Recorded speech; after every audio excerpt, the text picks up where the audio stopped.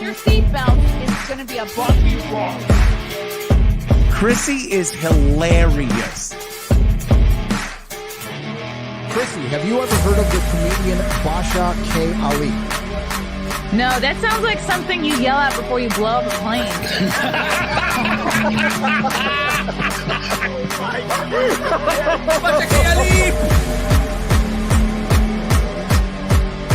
30 seconds remaining. But you know what good you say? I dabbled in stand-up or something.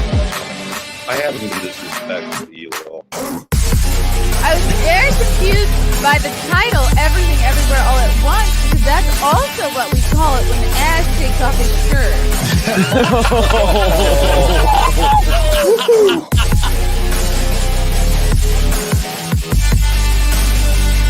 I shouldn't be up here. I should be in school on the other side of the ocean. What's up, boys and girls? Welcome to another episode of the Chrissie Mayr podcast. We're on iTunes, YouTube, Spotify, SoundCloud, Rumble, Rockfin, all of the places where fine podcasts are sold. I'm so excited. I'm going on the road next week. Back on the road. Going to California to do a bunch of shows. Yes. Might be making the rounds, doing a few podcasts, maybe filming a few documentaries here and there, dropping in maybe a little bit in LA, but I will definitely be headlining in Pasadena next Thursday, February 23rd, at the Elks Lodge in Pasadena. Just a few tickets left for this event, so come and get your tickets, guys. It's going to sell out. Lila Hart will be opening for me at this Pasadena show, as well as Friday and Saturday in San Diego. We'll be at the Mic Drop Comedy Club Friday the 24th and Saturday the 25th. Tickets available at micdropcomedy.com. Then I'll be headlining in New York City. Tickets for this should be up eventually. I'll be headlining at the Grizzly Pear in Midtown Manhattan on Saturday, March 25th. Then I'm heading to Staten Island Friday, April 7th. I'll be at the Reef at Paradise Island. Then I'm heading to Jersey Saturday, April 8th in Morris Plains, Tiff's Ale House, also known as the Dojo of Comedy. Then I'll be going back to Dallas May 5th and 6th. I'll be headlining Hyenas Comedy Club. 2 shows Friday, 2 shows Saturday. Lila Hart will be opening for me as well at all these shows. She's super fucking funny. If you don't follow her, I don't know what's wrong with you. Then I'll be at Anime Matsuri. Simpcast will be at this convention. The convention is Thursday, August 10th through Sunday, August 13th. I'll be headlining the same weekend in Houston at the Secret Group. So get your tickets now. This is an Eventbrite link on my website here, or you can go straight to maybe the Secret Group website to get your tickets. This will be kind of like an unofficial after party for Anime Matsuri. So come and hang. Get your tickets now if you know you're going to be at this convention. It's going to be a lot of fun, guys. Can't wait to see everybody. Yeah. Okay, cool. Okay, I'm excited. Hope everybody had a good V-Day. I'm really excited to talk to our next guest. She is a life coach. She is a content creator who focuses on the human spirit. She is a co-founder of a global environmental remediation company. She's a film producer, co-founder of the OneHeart Project, which is an organization that mentors youth out of prison. She's also on the advisory board for Bochy's Place, which is a safe house for women who've been recently out of sex trafficking. She's like a freaking triple threat, this woman, and she's a blonde bombshell. Welcome to the show, Carmen Smith-Studer. Hello, how are you? I'm wonderful. I'm so happy to be here. I love your intro. It makes me like want to go dance. Same. It pumps me up. It makes me feel like something's going to happen. I love it. And I'm so thankful to Eliza because I met you guys. I had already, I was watching Hotep Jesus when Lila was on his show, and I'm one of the moderators in there. And I like to get in there as, often as he goes live. And I just loved Lila. And so I literally found her right before all this crazy stuff broke open Wow. within the trafficking arena. And so then I found you and Tree of Logic and Brittany Venti. And I mean, I literally had never seen any of you before. So it's been really fun. Thank you. Wow, no, this is exciting. It's what a time to be on the internet. My God. Carmen, I want to get into how, because when most people hear the phrase life coach, they kind of roll their eyes and they go, "Ugh, that's not even a real job." Um, Yes. Explain to people why it is a real job and how you kind of got into it and just your content creation life. I'll give you an example of a spectrum. So I worked with a woman by the name of Byron Katie. I know her. Oh, Oh really? Okay. my gosh. So Yeah. we were like I've one of read the her first people that books. ever hired her. And she came to Wow. our environmental company and she would come and just work with everybody. And so she basically was my mentor in my 20s. And you think you could be a life coach in your 20s. And I laugh at that. I mean, I really do, because unless you've been through horrific abuse or some traumatic event that helped you mature, you will not have that capacity. You just won't. You don't have the depth and the breadth to bring experience and authority to what you would share. So I could see where a lot of people would use that as a way to enter the marketplace, but you're only going to be as successful in that as you have accomplished. And so then you fast forward many years after my divorce, after my son almost died of having a hole in his heart, having lost all my money, like all of the things that happen in life.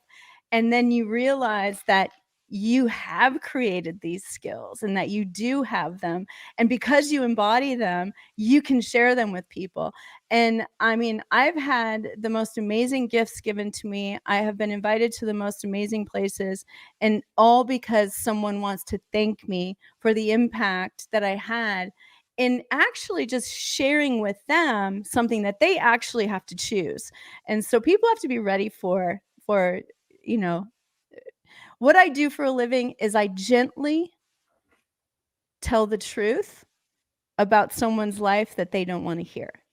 Ooh, okay. And how long does it take you to discern what that is? And how do you go about communicating that? Because most people are like stubborn, especially like the older you get, the more stubborn and set in our ways we all become. And of course, nobody wants to hear they're wrong. So, how do you go about like So it finding? always is when they've been put on their knees. And so one of my clients will say, "Hey, you're on your knees. You should call this person. Your son's in the hospital right now with an overdose. Something's gone wrong here. Like, why don't you call this woman? She could help. He- Uh, you know, she can help lift you to a place where you can function, because it all is it's a spiritual war. We're in the literal spiritual war. So when I first started, I was downloaded when I was in prayer, this thing that it was like a grid. It was a way to show people where they were. Here's 100 things, and there's 10 different categories, and these are really important categories for mastering being able to say no to your best friend, or saying yes to things that you're afraid of, or whatever it is. And it's a questionnaire, and as you look at this 100, it's like a grid and you fill it in, and that's how I used to do it. And somebody would maybe be 30 out of 100, and so then we would have 60 some possibilities of ways that we can improve their life. But now I can just go, I can read their field, because And it's their energetic field, you mean, or do you just look at their habits? I call it the toroidal field, because it is their energetic field. But you can feel, once you understand how the laws work. God put the laws into the earth, right? Gravity. Once you know how the laws work, then you can see when someone speaks where they have a mistake or an error or an illusion that isn't true. Ooh. So in a sense, it's like when you talk about like, and I'm not even the most like religious person at all, but like the definition of sin is like it means like a lacking, like a lack of, or like to go without To something. miss the mark, yeah. To miss the mark, that's what it was. And so basically, like when you miss the mark and it goes unexamined, I think that's when people start going down the wrong path. And then right, they, God will sort of, give you chances, or he'll remind you of something, or he'll kind of like tap you lightly at first. If you don't feel that, he taps a little bit harder. And then Yes. it's like, if you miss that hint, that's when sometimes catastrophes or, rock bottom moments happen. And like, what do you say to people like, well, like if a kid overdoses or something, oh, well, I didn't see a warning for that. Or like, I mean, how do you explain? I know this is like so off topic, but like, how do you explain when there seems to be no hint and then something horrible happens? I mean, it's probably there to teach you something, I would guess. Yeah. So I want to back up to your observation, because most people aren't aware of that law, and that law is the law of momentum. And I often use the example of, when I work with my guys out of jail, one of the ways that I would show them how God operates is, you didn't just wake up one day and decide to go hit a lick and get arrested. Hit a lick? What is That's what they call it. They when they steal from somebody, or Oh, okay. mug somebody, or whatever.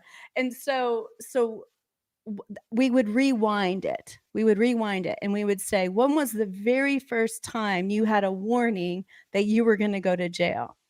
And then they'd get the second one and the third one. And you're correct. Each one creates more momentum, and God is every time correcting it.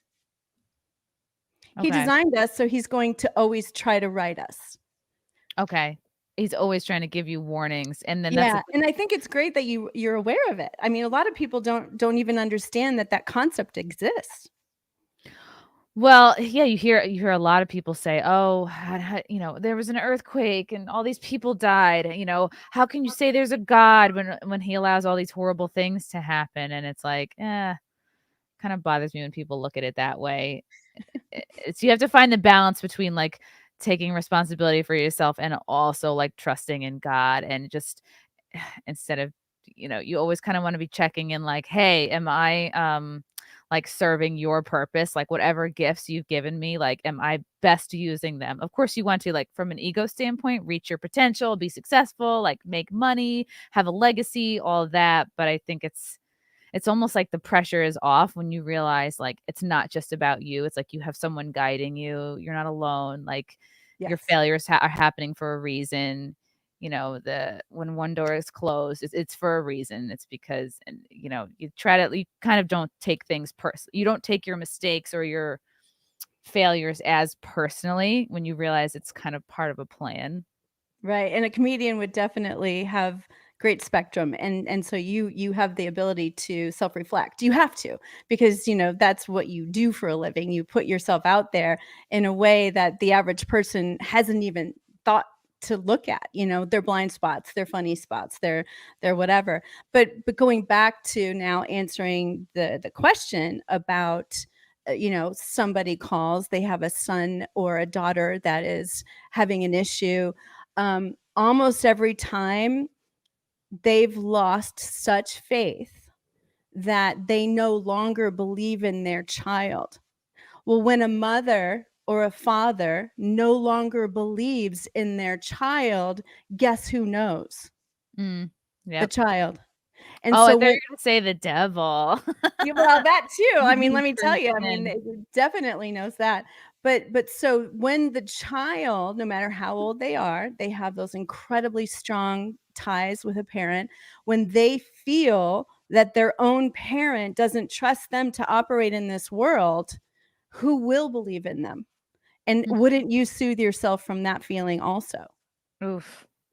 Because it's like the most basic, I guess, or primal form of rejection, I guess, because you just keep coming back to the like, I'm not enough. Like they don't care about what I'm doing or seem interested, or like kind of just have thrown their hands up. Yeah. Exactly. And it was my biggest mistake when I first started working with the guys out of jail. I treated them like I treated my children, who I had raised and who had learned all of the things that they needed to learn to get all of these things. And so I basically entitled them, because guess what I was doing? I was playing God. And a lot of people in charity work go out and play God. What are you doing? You're literally telling that person, I see that you're homeless and I see that you're helpless and I don't believe God's with you and I don't think you have any hope in life. And so I'm going to fix you. I mean, that's like the whole woke movement. That's like there's a whole group of people that have taken it upon themselves to be the representatives for all Black people or all trans people or all disabled, Hispanic, like any group you can think of. There's unlimited victim groups now. Yes, and that's because we have lost our ability to use righteous judgment. When that principality operates, they change the game. They slide a game board under you, and they say, "Here's the rules. Here's the new definitions. You're not allowed to judge anyone." And then now each person becomes a victim to get attention. I mean, that's that's the biggest trend now. It's so sad. It's like when did this happen? When did people get such a I don't know, get such a boost from being a victim? Like when did we go from like being accomplishment driven to yeah, I guess at some point people thought, "Oh, I get more for being a victim and I don't have to work as hard," basically. Yeah, but guess what? The law of momentum is still at work, and so are all the other laws. And each person will begin hitting harder and harder bumps and more regrets. And they might go for some revenge, and then that'll have a payoff. And so each time they're putting themselves into lower and lower and lower and lower frequencies, and they're going to get more principalities and powers against them. And so they will eventually right themselves. But have you ever seen one that's joyous? A No. victim, a happy victim? How They does don't. somebody know? Like, I know exactly what you're talking about, but there might be some people that are like, they just get lost in these conversations because maybe they seem too like hippy dippy or new agey. And I guess basically how would somebody know, like, what does it mean to be low vibrational, and how do you know if that's where you're kind of dwelling? So that's a really good question. I think a lot of times people don't know they're low vibrational. They just start bringing the shades down. The house gets messy. They don't want to go anywhere. They isolate. They do different things, and they aren't even aware because it's that incremental change. It's lower, lower. It doesn't normally happen really fast. Sometimes people, have a really bad drug experience or something, or they cheated on somebody, or I don't know, and they got caught. But typically, it's a slow process, and so people often aren't even aware they're in that space, which is what makes it very difficult. They'll it's like if you read a book written by an angry person, you're not going to probably get good advice out of this book. But if you read a book from somebody who has full power and authority, they're going to give you a lot of really good information. And so I think that's kind of how you tell is is your life cleaned up? Are you happy? The fruit of the spirit, really. Do you have self-control? Are you patient and understand God's timing? Do you have joy, kindness, gentleness? Forgetting a couple of them, but love. You exude them. I think that's a good example of like the house is starting to get messy. Like it's like a small example is like, oh, you just like, I'll just leave one coffee cup in my car. I'll just, I'll just whatever, it's the car. And then all of a sudden you turn around and you're like, oh, I'm that person driving a garbage car. Like I'm that. It's all like backed up, and you're like, I don't know. I'll sometimes see them parked on the street, and I'll just be like, oh my God, how did that happen? But it's like little by little to like talk, Yeah. not checking in with yourself, not checking in with like all the different aspects of your life, like um you think of like Yeah, right. Like you're different like tanks, right? You know, it's not just like, oh, are you in a good mood or a bad mood? Are you good or bad? Like that there's so many different levels to it. It's like, okay, are you feeling enough love? But like your fitness tank is all the way down, or you're like Right. not eating, or your stress or your sleep is down. Um, Yes. I liken it to a soundboard, like you've seen in when somebody's, creating music and how there's just all those different levers, right? And so you could be really cranking on one, but you could have one that's like at 0 and it's gonna hold you back, especially if it's something that is really evil. It will absolutely manifest in your life. when did you first know that you were sort of like spiritually literate, I guess? Like I don't even know what to call it, but like, It's a great question. So I thought I was after working with Byron, Katie, but what I had then was head knowledge. So I could tell somebody, but if you don't have that conviction at a heart level, if you haven't embodied it, if you haven't lived it, so what it took was for me to get divorced, to want to die, to lose everything and be 50 when I think I should be celebrating it on a yacht somewhere. And instead, I'm starting my whole life over and over, which did I feel sorry for myself, right? In 8 weeks, I climbed out of that. In 8 oh weeks, wow. I climbed out of it. And I'll tell you what it was. I was a victim. And the toughest part for a victim is swallowing the pill that it's them. And so what I did is I said, I'm no longer going to be codependent. Because, see, that's what a victim is. A victim is only okay if everything on the outside is operating the way that they want it to. And if it doesn't, they start manipulating to get it the way they want it. And Mm. so I was guilty of that. And so what happened was my son was like, Mom, like, you're one of the most beautiful women. You have everything you could ever need. You've got a supportive family. You need to stop feeling sorry for yourself. And I was like, he's right, because I had the head knowledge. I just hadn't embodied the victor yet. And so I went on an 8-week, I am no longer going to be a codependent. And that encompasses a lot. You have to say no to people. You have to stop people pleasing. You have to take care of yourself physically. You have to nourish your mind. You have to nourish your spirit. And so that's all I did for 8 weeks. And by the end of it, and I know exactly when it was, October 2015, this new woman embodied me, and God even nicknamed me Dragonfly. And it was a funny story. It was like me having an inside joke with myself, but it was audibly said to me that that is who I am. And then when I heard it, I was like, oh my God, that's so offensive, like I'm an insect. But then I read all of the things that a The meaning. dragonfly is, and they Yeah. have 360-degree perception, and they're gentle, and they can swim, and they can walk on land, and they can fly. And so Wow. it was really cool. And so I have an affinity for dragonflies, as you can see. Yeah, it's definitely a thing. Like when you see them, it means something. Like there's a few animals that are like that. It's Absolutely. it's a whole other podcast. So how did you get that's just so interesting. And how did you get to founding the OneHeart project? Like what made you want to start So working with youth that in was that actually prison? Okay. before my divorce. So my son's Christian school played a prison football team.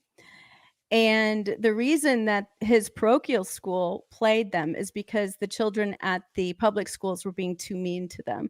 And so they said, well, maybe we should have them playing the Christian kids because they're getting, brutalized mentally by going to these games because they were saying horrible things to them. And so, yeah, I'll never forget. I literally was like, we were joking as parents, like, were they going to bring shanks or, I mean, it's just, because you don't know. Ignorance is dumb, right? And so what happened was the coach of our football team, his secretary said, hey, we should do something for these boys. Let's get them Bibles. Let's feed them something. Let's do a spirit line for them. And he sent out a message to all the parents and said, hey, can half of the people sit on the other side and be the fans? Can we have the JV cheerleaders be the cheerleaders? And can we really make this incredible spirit line for them? And so the team came, and of course the prison guards were like, no, you can't do a spirit line, you guys will be too close, like legally, like we can't have you guys that close, like we're afraid that something could happen. And so we're like, okay, well, what if we do a really wide one? And so we did this crazy wide, spirit line where nobody could touch anybody. And they go, and the game begins, and these kids are getting cheered on for the first time in their life because they've never had a fan ever. And the kids are so in love with the attention that they're looking up at the stands rather than playing the game. Like they're so, happy. Well, by the end of the game, not only did they, have the best time of their lives, there was an absolute revival that happened, and people were praying together with these kids. Everyone was like holding, each other's shoulders, and it made the news. It went global. I was on Good Morning America later because of it. And what happened was we did a movie about that and how there was a revival that went back through the actual prison. And then when these guys came out, I thought, wouldn't it be cool if some of them were in the film? Well, then I started talking to one of them on a regular basis, and then he wanted me to help his friends, and then so I started helping. So next thing I know, I've got 12 guys. I'm trying to like have my friends help and do all this stuff. We're doing the movie. We're helping these guys, and the one we decide to like literally give a job, let them stay with our family, and that's kind of where things blew up. It was like The Blind Side. Did you ever see that movie? Mm-hmm. Yeah, it was like that. And I still, love and talk to Mac all the time. And Mac became an actor because my daughter was in acting. She even started to do stand-up comedy, but right before COVID started. So right when she was starting to do those late night, trying to get her 5 minutes right or whatever, she ended up having to come back from LA because everything was closed down. But because of her, he got into acting, and he's done 2 national films now. So Okay, wow, that's cool. yeah. Okay, so that kind of leads into your kind of pattern of doing good and looking out for others. Tell me about how you came to be on the board for Bochy's place, and what what is I think the Eliza Bleu situation has left a kind of a bad taste in a lot of people's No, it's mouth. so A lot sad. of people are thinking, what is sex trafficking anyway? Like it seems like there's a real lack of trust in I guess victims, survivors, whatever you want to call it. So what was your experience with, working at a safe house? And how does your experience help you kind of see red flags, in terms of Eliza's situation? So I'll address the first one. I was friends through acting with the woman who started it, and she and I used to go down to a safe house in Dallas, and we would go. She would go weekly, I would go monthly, and we would just pour into these girls. Whether it was a Bible study or teaching them how to dream and how to have goals and things like that. And so she began a ministry, and her ministry was originally supposed to be for women, but then she started inviting the girls to any of the events. Well, then she got a heart for the girls because she saw what the need was. And so she had this ministry that started out to be for women to make beautiful homes, to want to not be Chelsea Handler, like we were talking about earlier, Mhm. to actually desire to make beautiful home and children and family. And then it got hijacked by God because God's like, all right, you built this, but I want it to be for the girls. And so she did a full like change and started doing it because of my bad experience with OneHeart Project. And I don't want to get into that. I'll just say that I worked front lines for 4.5 years, and I had to leave my own charity. Because of my experience and seeing, backstage there, I watched her for 7 years before I would participate or raise money for her or be a part of what she was doing. And she and her family poured into it, and I vetted them.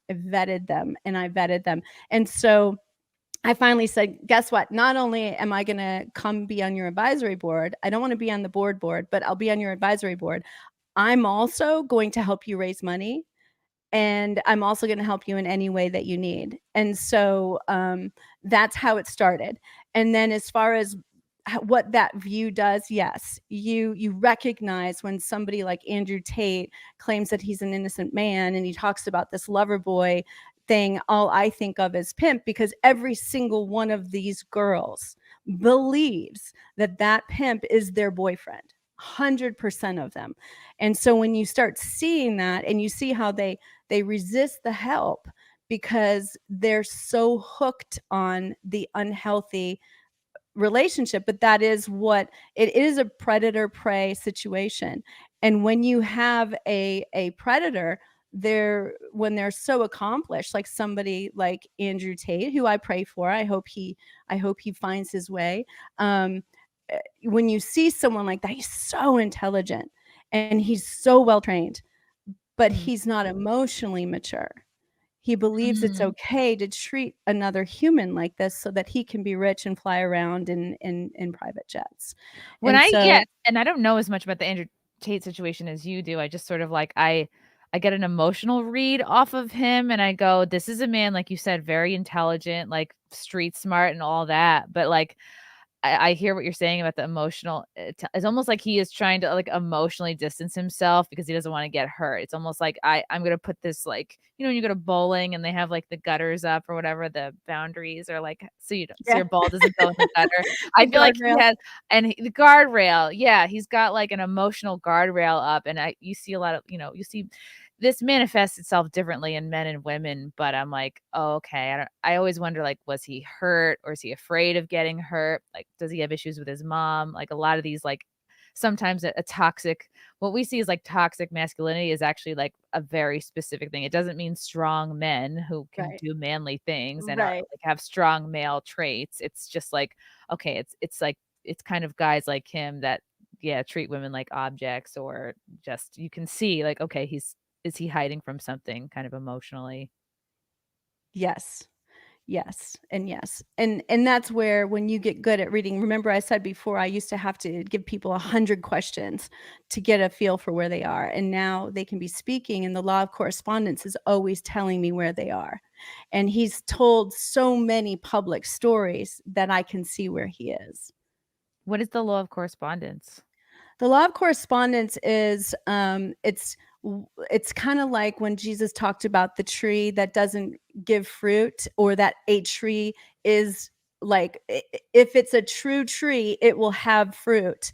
And so his fruit, the things that come out of his mouth, are not good. And so that corresponds to what's in his field. And most of the time it's just hurt. It's something that happened in the past, or an abuse that happened, and here's the thing. Children are amazing recorders. They remember everything, but they're horrible interpreters, because there's lots of people who think they were traumatized as children.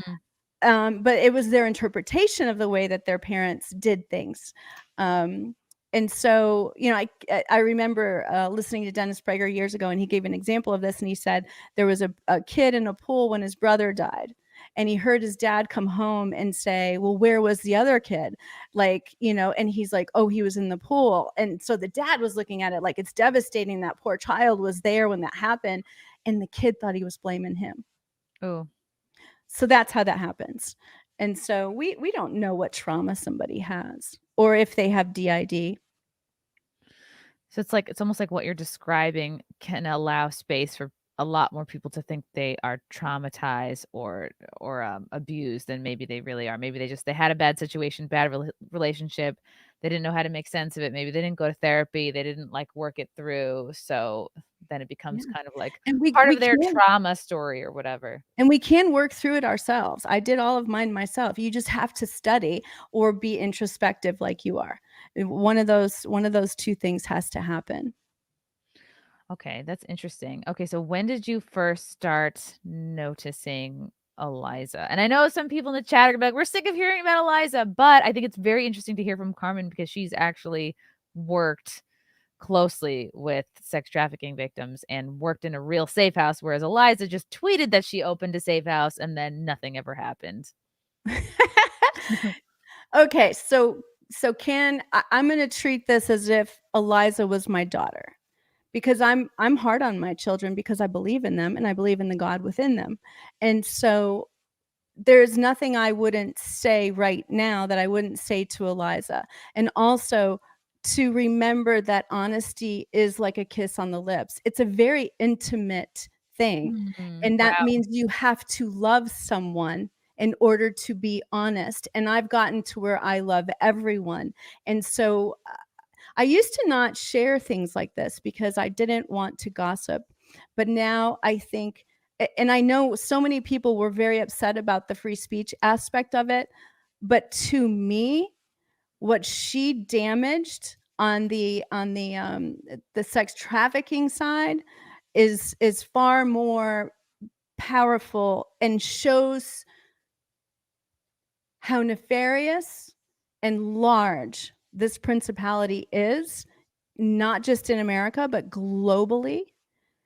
And we don't know how they press on her. We don't know. We have no idea if she's still in, if she's out, if we literally don't know. And let me tell you, it is such a messy world. There's so much MK Ultra. There's so many people who have been fractured and programmed for such a time as now that you almost can't tell.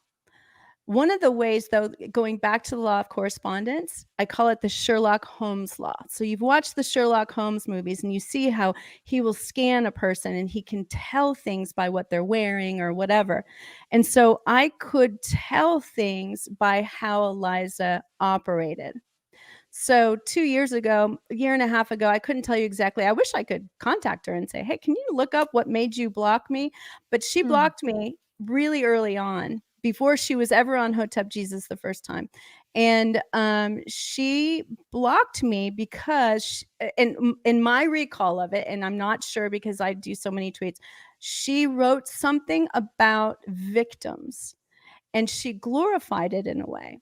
And so I knew that she did the work she did. I knew the mistakes that I had made in the prison thing and how I had tried to play God and how it backfired. And all I was doing was sharing with her, hey, sometimes if you pity people, you keep them in their victim status. It's And like the whole Democratic Party.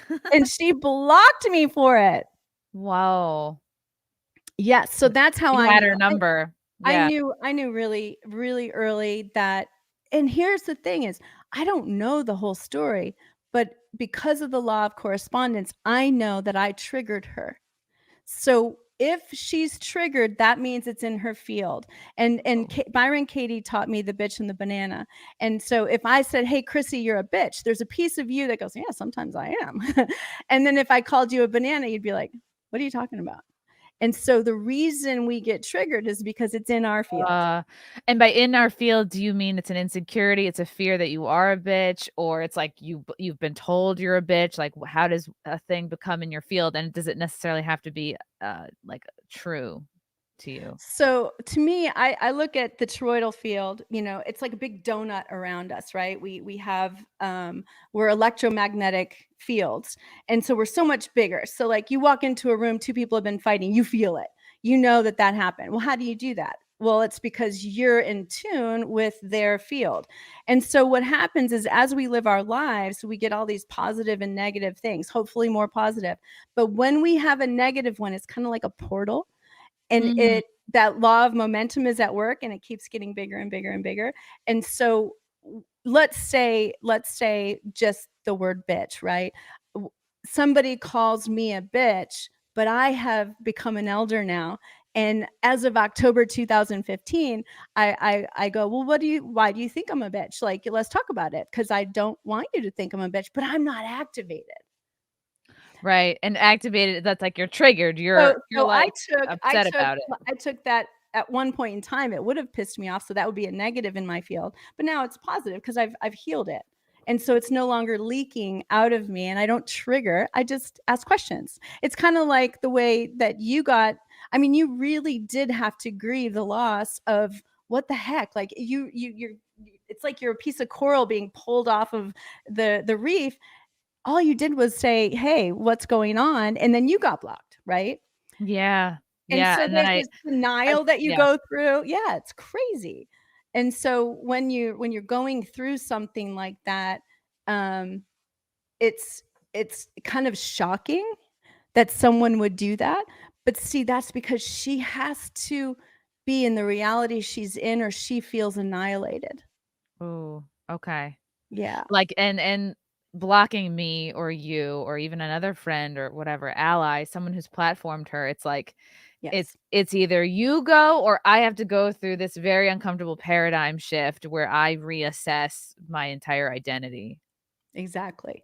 And I had that happen on my channel. So I had somebody that I had to address it. And see, this is the great thing about me now is I have no problem, like I said, gently telling someone the truth. I'm not mean about it. It's like, hey, I have an issue. I'd like to talk to you about it. Can we Zoom? Yes. We schedule it. They cancel the day before. Why? Because they can't handle what's going to be talked about as an adult. So that's how you know their age in their emotional or their spiritual abilities. Okay, that's interesting. So Eliza blocking you, that was your first kind of introduction to her, or the first kind of red flag? That And was it did the first one. And then the second one was I did, of course, like I love Hotep Jesus. I think he's so fun. he's amazing. He's a And bright light. Yeah. he's so smart, and I love his insights. I love his take on stuff. I love how he's contrarian sometimes, and he and I don't agree on everything, but I still love that he thought through it and that he holds and stands in it. And so I, of course, watched the show, and there was a part of the show where, and it's funny because it's not the part that everybody's showing. There was a part of the show where she was saying thank you to you and the Hoteps, and you guys have just built me up and all that. And Hotep just very kindly was like, oh, thank you. And she's like, yeah, but I'm a bright light. I would have made it anyway. And I was just like, Whoa! So she only complimented to get compliments in return, and when she it didn't was, get it, she was upset. I was just like, I'm not kidding. If I was in an interview with somebody and they did that, I think I would just be stunned. Like I wouldn't know what to do. You Because felt like a relationship with her is extremely conditional. It's not and just that's a codependent trait. Yeah. So somebody that has to have everything on the outer, they're not whole on the inside. And so anyone could say anything to me. The thing that I block people for is, if they're cussing at me or rude, or they just go, this, you interrupt people when you interview people, you're rude. So I just get rid of them. Like, if you can't be nice and say, hey, I love watching your show, but you interrupt a lot, that's different. And I will leave it there. But if it's just mean and that's it, I don't want to have anything to do with that. I've gotten shit for interrupting people in the past. I'm just like, I always tell just about everybody, like on any show, like, feel free to, like, we will interrupt each other because sometimes you just get a thought and sometimes you'll lose it if you don't get it Well, in there. that and too, as this person that's running the show, where those like, for instance, I've worked with so many people who are survivors. They're like, don't let me talk about this. And then they'll start in on it and I'll be like, I'll cut them off. Nobody knows why I cut them off, but I cut them off because they asked me to. Or I've got other people that they're like, oh, I'll just run on and on. So please interrupt me. That was interesting what you said earlier. You were like, a person will be so dependent on the victim status that if they're not seeing that reflected in others, like they will block them or they will create some other things to make it so. Like they'll create a situation that like keeps that story going. Yes, It they're seems like a creating lot of hard work. illusions. It is exhausting. I don't know how they do it. I don't know how, and that's the same with narcissists. Narcissists have to uphold the reality, and not only that, they spend all their time making sure everyone in the family upholds their reality, and I can't even imagine how exhausting that would be. I would much prefer to be a codependent, and a codependent you can 100% heal. Whereas a narcissist, you've got like something like a 1% chance of healing yourself. And so be thankful you're a codependent and go get something done about it. How does somebody know if they're a codependent? They're like, is it more just like, okay, people pleaser, like other people's emotions, like can make or break your day? There you go. Okay. Yeah. It's definitely you ride their roller coaster. But also you have a very difficult time being alone. And even if you are alone, you've got your phone, you've got the TV, you've got music, you've got something. You can't just sit quiet. And when somebody spends 20 minutes in silence, that's when they begin to hit the genius levels of the brain activity. Really? Because when I have 20, sometimes I will be like alone. I'll like have a night or a few hours to myself. Um, I'll be like, wow, I was just so unproductive. Like I'll literally spend like sometimes an hour, not necessarily just looking at the wall, but like I'll every once in a while I'll have a night where like no phone, no music, no listening to podcasts. Like I will be in silence and maybe I'll just start folding clothes or like tidying up. And then I'll just sort of like sit and like stare into space. Like I don't know. It's weird. It's like I'm just like You need a break. taking a rest from everything. And then I'm like, wow, I just wasted several hours. But you're telling me that's a genius activity. It's Well, comforting. and to be honest, a lot of times, like in meditation, that's when supernatural downloads happen. And you're doing nothing. You're sitting there and maybe you've got a verse in your head from the Bible or, whatever it is that you like doing when you meditate, and you have profound information just kind of settling in. Some people, they need a little bit more sensory deprivation, so, like, they Mm. feel it more, like, if they're in a car driving, or they'll feel it more if they're in a shower, where they'll get those genius moments, and so you just might be that person. When do you think of all your good jokes? Oh God, it's such a nonlinear process. Like I'll pieces of jokes will occur to me, or like something will make me laugh and I'll be like, why did that make me laugh? Like what is the nugget of truth about human beings that's under that I can keep talking about, like, and then you can like develop a bit or a theme. Um and then sometimes it's usually and letting yourself not be stifled by, oh, this sounds kind of sexist, or oh, this sounds kind of racist, because it's like that's I don't know how you bullshit. do it. Everybody laughs at sexist, racist jokes. Like I don't care who you are. Like society may have gotten more woke and politically correct. Like the stuff that human beings laugh at has not changed at all. Like you can pretend, but Yeah. that you can't you can't. That's what's like great about laughter, is like you can't, if you're truly like comfortable, you can't stifle it and you can't really help what you laugh at. Just like what you can't like laugh what you're kind of disgusted at. So sometimes in comedy, it's like you want to get some reaction, whether it's like shock, Like, disgust, or "Ah!" laugh. Like, yeah, you want some sound to come out. Yeah. Um, okay, that's so interesting. So I don't know how much you've been keeping track of Eliza. She hasn't tweeted in Oh, a no, I few didn't know that. days. She hasn't tweeted in a few I think days. that's smart. I think that she shouldn't. It was backfiring. I literally even posted on Twitter that she she need to look at that. First of all, if I were her, I wouldn't have called back Candace Owens. I think that was smart. I also think she needs to stop allowing herself to be the feather in the arrows that are killing her. Mm. She's the one that keeps giving the material to people. Do you think she's so deeply delusional that she truly doesn't understand why she's getting so much negative feedback? Do you think like that, that would explain all the tweets and all like the seemingly out of touch things she's been saying all along? It's like, does she not act? Is she so out of touch with like the perception she's giving other people? So this is just my opinion, and I'm nobody. Um, but I do think that clarity in this world, and I mean the trafficking world, is so important. I do not believe anyone like her should be a figurehead for this. I find it interesting that she was chosen, and I think she was maybe chosen for a reason. And in that case, she could also be a victim again. Mm, Um, to prop somebody up who isn't capable, and they're not capable because they're not healed, and anyone that understands that, the only grace that I would give the people that gave her the spot is that we are evolving as humans, and we have to make mistakes to understand. And so I think the charity world is one of the dirtier places. It's one of the places that I think a lot of money is laundered. I think it's a place where a lot of evil is done in the name of good. It's a great place for the wolf to hide in sheep's clothing. And so when you give somebody that platform, you could do it by mistake, but you could also have done it on purpose. And then getting back to your question, I notice that people that get into those positions and they use their credentials with who they're around or what they're doing, that, oh, I am this important.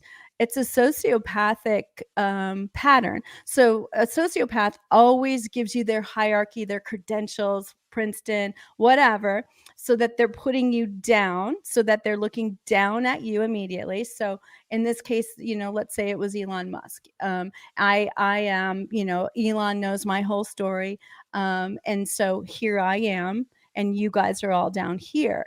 So what does that do? That puts everybody in a place of reverence. And that's what they do on purpose. And then the other thing they do is they put 90% truth and 10% lie. And maybe in her case, it's a little more. And that's a sociopathic tendency. And this is just my opinion. And I think it's important because I believe that she would be awesome in the second role. I do not think that she should be running something because she's not healed. How do you know? Well, she's blocking everyone. She's not having adult conversations. no, she's not having conversations with anybody. What do you mean by that second role? What do you think she could be good So at? like, a charity has, the lead, like my friend who was So not the not face. ever Not trafficked in her life. Mhm.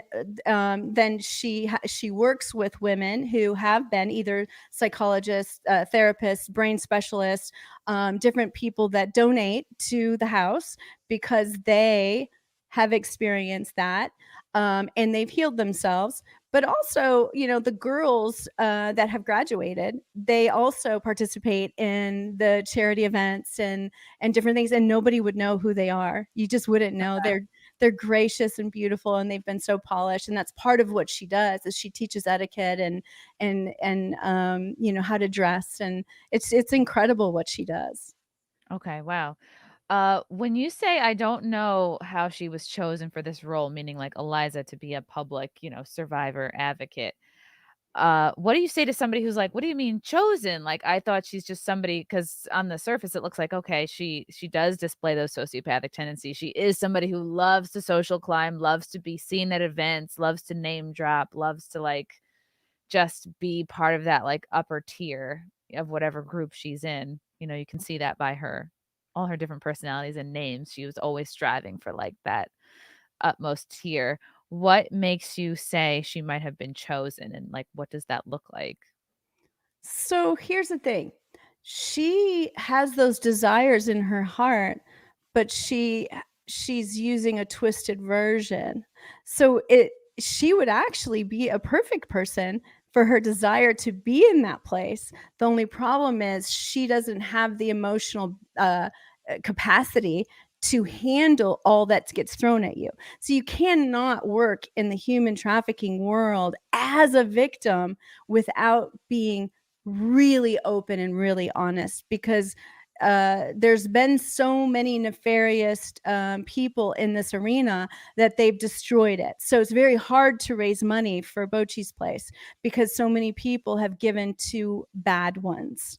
And it's in the news all the time. This house, there's a place in Austin, Texas that I think it was like about a year ago that they found out these girls were being re-trafficked.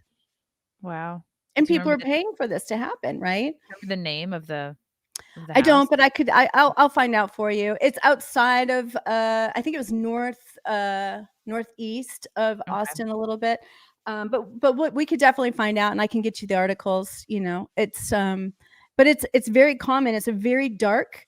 It's there's a lot of satanic ritual involved in some of this stuff, and you're dealing with people who are vulnerable, and lonely and don't have anyone, and they get sucked in, and it starts out with little things, and it happens. There's so much witchcraft going on, and they start with little things like nudity or you know, getting comfortable with bizarre things. Then they go into animal sacrifice, and it gets nasty fast, but people do it because they want the demonic gifts.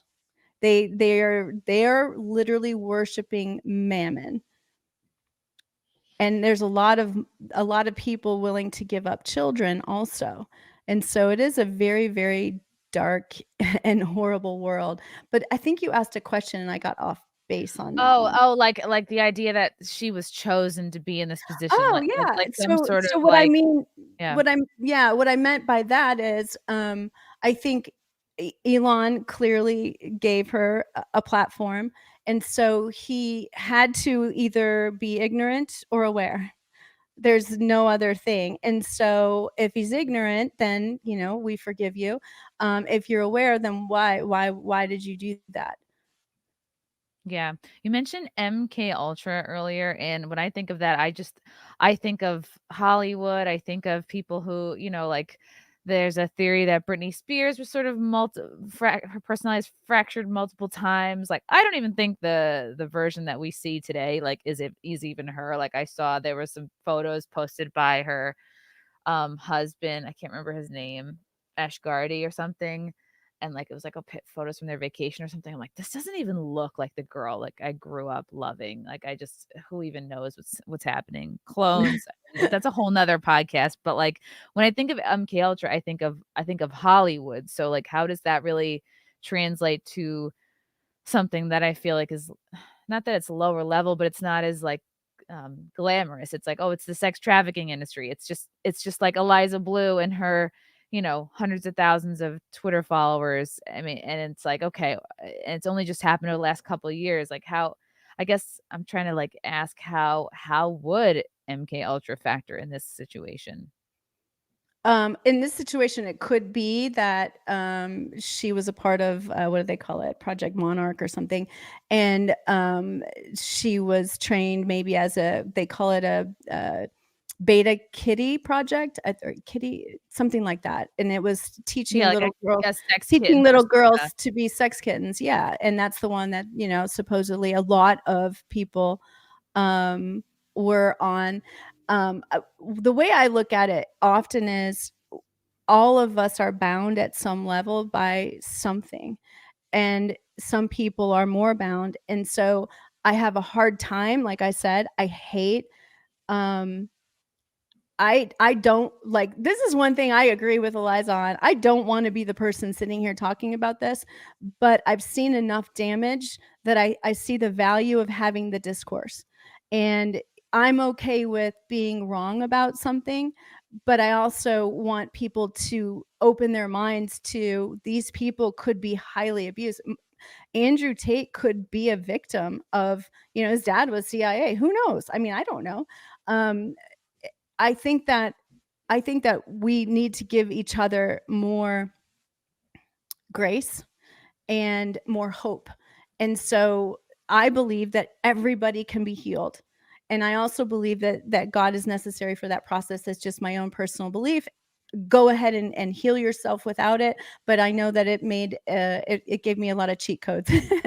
And so I really want to say that before, I criticize somebody. And the way I look at it more as like coaching, we're trying to make humans have better interactions. I would love to talk to Eliza. I would love to. And I saw that you said the same thing. You're like, I would have her on my show. And I think that as hurt as you were, I thought you did a really gracious job of not really going in probably the way that you could have. And so bravo to you. So the monarch pieces, there's people that I've talked to. And here's the thing.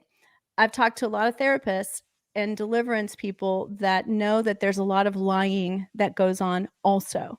And the reason they do this is because if enough people lie, then there's a lot of saturation and people get burned out. And so they don't really look at the problem anymore. And I think that we need to persevere and hold on and keep looking and exposing the darkness, but also to do it with a piece of grace and love and hope that that person can be unbound, you know, by whatever it is. You know, you're not going to have the results that Eliza's having right now with the entire internet trying to prove whether you're telling the truth or not, unless there's something that you did to create that. Mm-hmm. And so, Yeah, I just feel like it's so. I feel like she made it so difficult for herself. Like she could be like, "Look, like I don't know, it's almost like her perspective is like, well, because I was raped or I was in toxic relationships or a recurring boyfriend I kept going back to or like just bad experiences, that doesn't mean necessarily that you were trafficked, but it absolutely doesn't mean that you are just allowed carte blanche to block and censor people off Twitter, submit their videos on YouTube for privacy claims, like literally gaslight the whole internet into yeah. believe your reality." Well, and then also on the other side, so on my side, I'm not going to speak for anyone else. There is this craving for closure, this craving for a right, something to be corrected. And with certain people, we're not going to get closure. It could take years for them to get to a place where you can finally go, they said it. You know, she apologized for blocking me or, you know, whatever it is. And so to be able to tell the truth and go, we still have a problem. We still have we have a hierarchy that's happening. And it is highly infiltrated. It's in the churches, it's in the schools, it's in the daycares, it's in the homes, and it's dark. And so we have to be able to say to somebody, and I've said this. So I have a friend. She is a former porn star that got trafficked after she made the choice. So she admits, I made a bad choice. I became a porn star. Then I got trafficked. And so she has to go public and everybody can go look at her porn. And that's that's the part about being a leader. You have to face everyone seeing all of your mistakes. And Right. I think that that's the piece she hasn't come to terms with yet. I actually believe, and I was talking about this on my podcast earlier with Jacob Israel, I and he both believe that if she were just to come and tell the truth, that she could resume and to continue to become better. But there's a reason that she's not comfortable with that at this point. Yeah, I just don't understand why she had so many years if she's gonna change her personality. Like, why didn't she use that time to wipe off all her music videos and do Right. her She had best? 6 years. Yeah, yeah, She and had it's like, 6 how is it years. Brittany Venti's fault? You know, she's the catalyst, sure, but, like, why does she deserve to be censored for it? Just for asking the question, and then, you know, I ask a question, I get blocked. Anybody else, like, I mean, her block list is a mile long at this point, so Yeah, and I was early to that party. yeah. She blocked me early. And so one of the things I would love to share, if it's okay with you, is what a proper apology is. Oh, yeah. Okay. So a proper apology, you come to the people and you say, this is what happened. You tell the story and you tell it to the best of your ability. And then you say, this is where I went wrong. These particular spots are where I went wrong. I recognize those things. Not only do I recognize them, the third thing I'm going to do is I'm going to tell you why it won't happen again. The safeguards that I'm putting in place. I have a therapist that I'm working with now, and I realize that I am triggered. And if I'm going to be a figurehead, I can't be triggered. I have to have the hard conversations. And so Right. I'm going to change these things. I'm also going to have an accountability partner. I'm also going to find an elder, a woman that's ahead of me who is healed. And I know several. And then you ask the people to forgive you. A lot of people don't do that. They don't say, will you forgive me? And Right. that speaks volumes. What you don't say speaks volumes. When you don't address things, you don't have the capacity to address them. And so we should pray for her to have the capacity to address it. Yeah. Because I just think just staying silent is not going to be good. And if she's still planning to be at this event in April in Texas, it's a public event where there's a Q&A session and everything. She's literally on a panel to discuss online censorship. So if she doesn't say anything before then, it's like, ugh. There's going to be a lot of live questions. There's going to be a lot of people there. And I don't think people are just going to forget about this in 2 months. We got a couple of questions. Thank you, Courtney, for the super chat. A few years back, I was at a club in Brooklyn. A group of 13 to 15-year-old girls with a, quote, leader was in the bathroom with one 45-plus-year-old woman. These prepubescent girls were nervous. I am haunted by my inaction. What should I have done? Thanks to both. I mean, gosh, if what you're describing, I wouldn't know what to make of this either.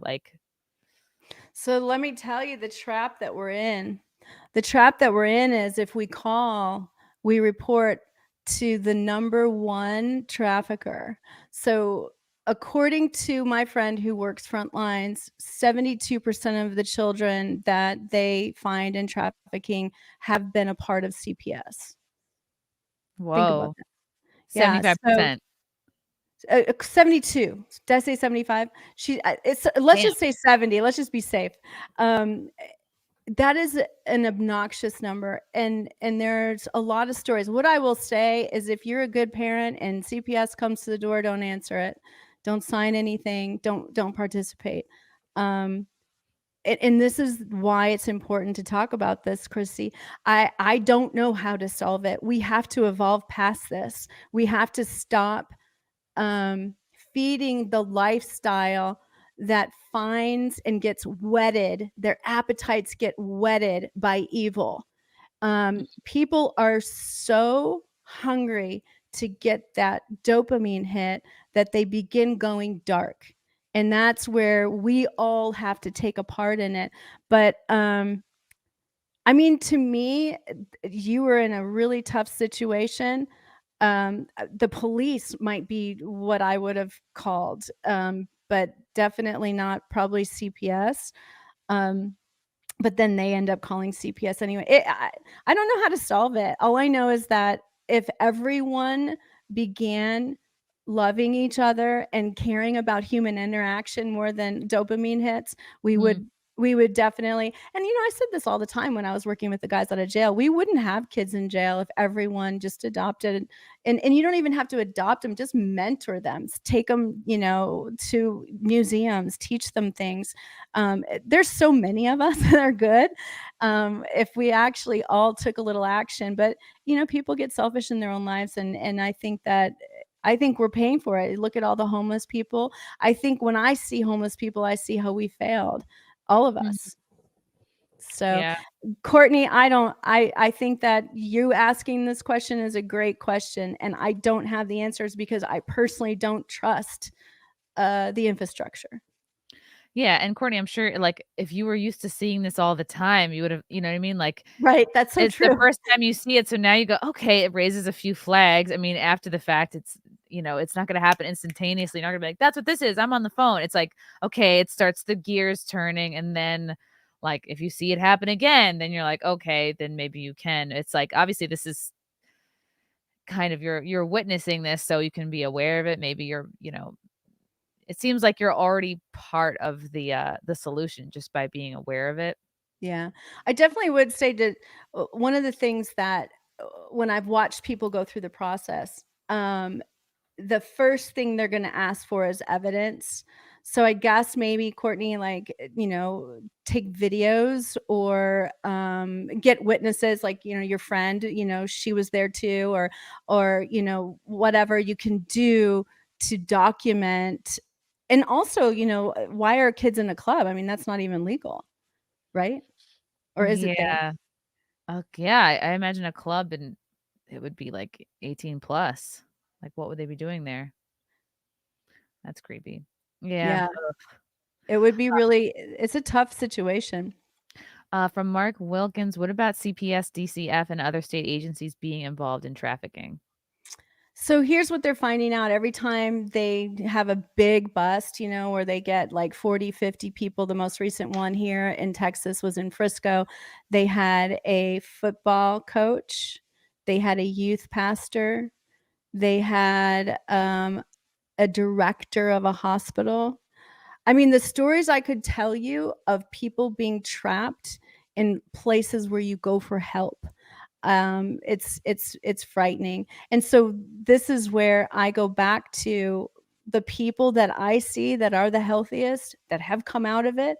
They turn to God, and that was their way out, because ultimately, in my opinion, it is a spiritual battle that we're in.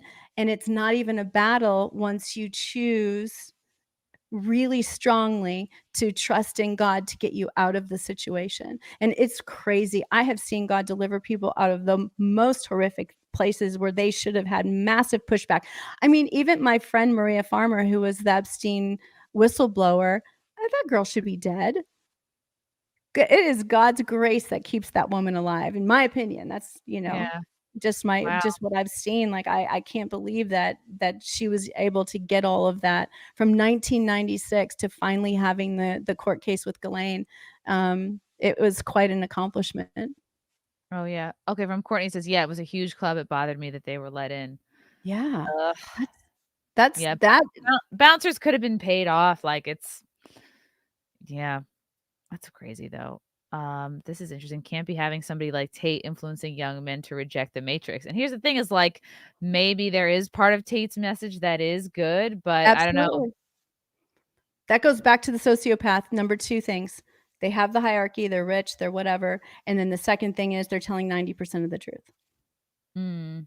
And that's why Right. sociopaths are so powerful, and they go so far. There was that woman in Australia, I don't know if you saw this story, but she literally started an Instagram that she had cancer and cured herself, and she went viral.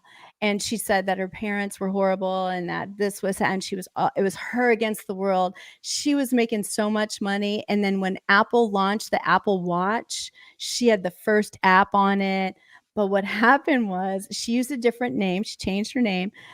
Her own mother saw her and her own brother, and they were devastated. And they're like, she had a great upbringing.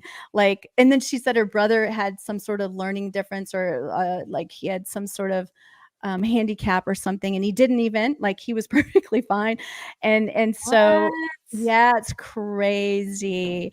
And so it was the rise and fall story. It was, Okay. but I think that indicates how much that I did this, and I believe it because I saw it on Instagram. This woman, she's eating this, she's doing that, she's curing cancer.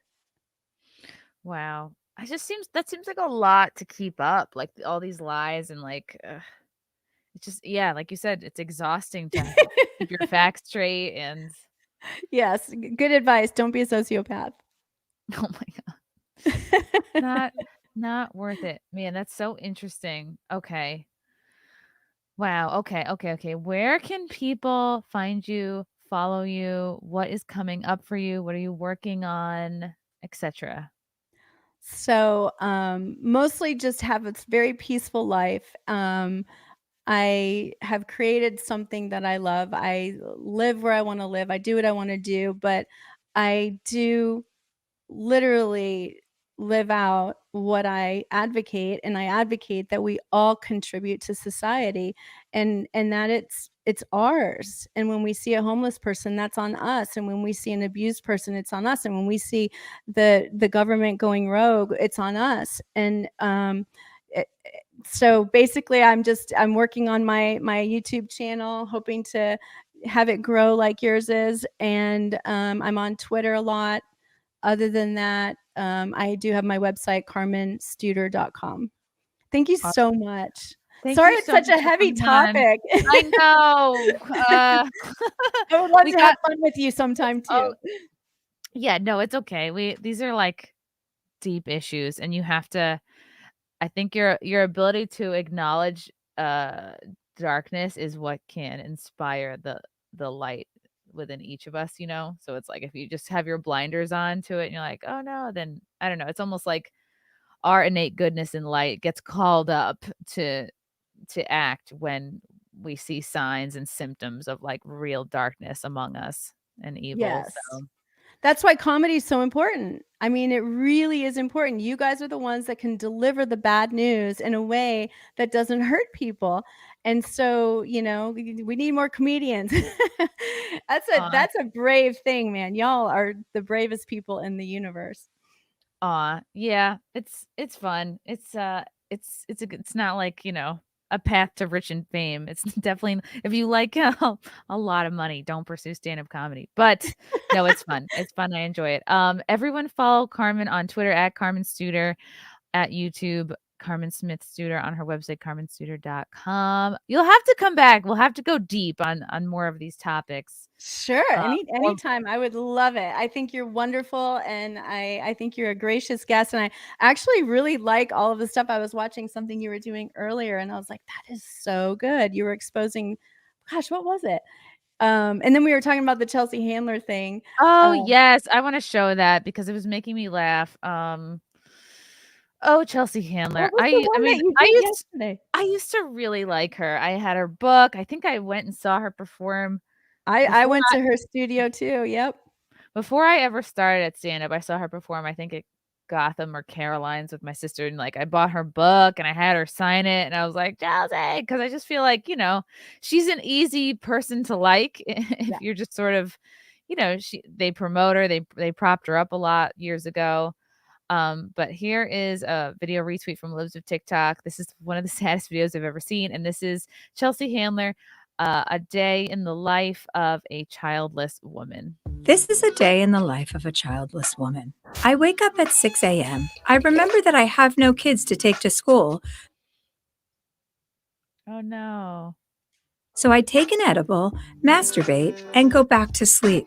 I wake up at 12:30 p.m. and get ready for a busy day of doing whatever the I feel like. I put on my most impractical and stylish shoes since I won't be chasing a child around the grocery store. I go to my fave spot in Paris to grab a croissant. I do a meditation sesh on the plane since I have no screaming kids, allowing me all the time in the world to become enlightened. The weightlessness of my existence has granted me superhuman powers. I teleport myself back home. Then I get ready for a night out with whatever hot guy I met on Raya that morning. I call up a babysitter and tell her that I don't need her Oh, my internet. since I still don't have kids. Now it's time for a workout, so I hit Mount Everest for a quick climb. I invent a time machine, go back in time, and kill Hitler. Freeze, you bastard! It's amazing what you can do when you have this much free time. And that's a day in the life of a childless woman. I know this is supposed to be funny and like, okay, hopefully some people do find this funny. But I just feel like Chelsea Handler, whether it's consciously or unconsciously, has become part of this like very much a movement set out to glamorize being single and child free, and that it's cool and that it's totally fulfilling, and it's like we're wallowing in our selfishness, and it's like I'm watching this video, I'm looking at her like day to day. I'm like, first of all, she's like successful and rich. Like what are her, she doesn't have any business meetings. Like, okay, I get it. She can fly to Paris at the drop of a hat. She can go to Mount Everest whenever she wants. She can travel as much as she wants, but like she's just like, I'm like, okay, her vibe, her day to day is like, it reminds me of when I was unemployed and depressed. Like, oh yeah, wake up at noon, masturbate, fall back asleep, and it's like I don't know, it's like the single woman psyop. Yes. I think. Totally agree. She's selling. This is the way I like literally have categorized everyone and what they're selling, and she's definitely selling that it's miserable to be a mother. And to me, I've done everything. There's no greater thing than having children. It was the funnest thing I've ever done, and I am still wonderful friends with both my kids. And just God, I can't even imagine anything more fulfilling. And I've done a lot of good things. I've been on a billionaire's yacht. Ooh, better than a yacht. Kids are better than a yacht, Chelsea. You hear that? Yeah. She'll never know. She'll never know. She thinks going to Paris is cool. I've been to Paris. It's overrated. There you You can go. find good croissants in New York City. Absolutely. Interesting. I don't know. I just like that's cute. Like this whole shtick is very cute when you're 25, 30. But Yes. like, is she gonna be 60 years old and be like, I love getting drunk at brunch and then fucking some dude? Like, how much longer can she do this for? We'll see. I guess we'll see. I guess like I hope she keeps going with it. Like I hope she's the first 70-year-old woman who is, still having one night stands. That's my hope for Chelsea Handler. Like make it work for you, girl. Like Were you always like this even as a kid? You'd be the one that was funny in the room? my whole family's kind of funny, but we would all just kind of shit on each other because everyone had a hard time being honest and talking about their real feelings. So everyone would be Oh, very yeah. passive aggressive, which is great for roasting each other, but not good for feeling heard and like feeling Yeah. comfortable expressing your wants and emotions and such. So, It's so good. and maybe It's so just good. being like youngest child, like observational skills. I don't know. I don't know where it came from. It's very cool. I love it. Thank you, dear. Have a Thank you, beautiful Carmen. day. Thank you, everyone that was in the chat. I appreciate everybody. We'll talk to you soon, guys. Bye.